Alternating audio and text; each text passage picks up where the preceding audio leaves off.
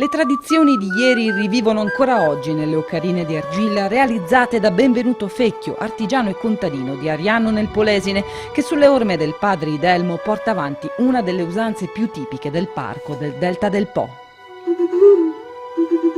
Soprattutto per i giochi, perché la nostra zona non è una zona di botteghe, però il manipolare l'argilla in maniera spontanea è praticamente un'arte popolare.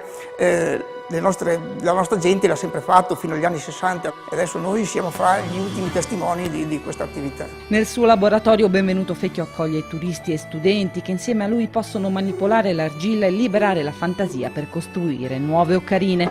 Nel Polesine l'ocarina non è solo uno strumento musicale, ma qualsiasi fischietto fatto di terracotta, spesso con le forme di molti animali.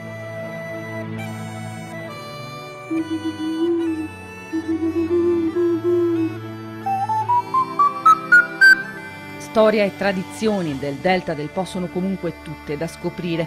Poco distante dalla bottega di Ocarine ecco San Basilio, con la chiesa di epoca romanica e il centro turistico-culturale con reperti archeologici. Molte le chiese e chiesette da visitare, magari in sella a una bici, ma forse il modo migliore per scoprire il parco del Delta del Po è navigarci dentro, magari percorrendo il Po di Maistra, che arriva alla golena di Capisani, paradiso dei birdwatcher, oppure attraverso il Po di Venezia, ramo principale del Delta. Ogni stagione è buona per visitare il parco, assicura il presidente Geremia Gennari.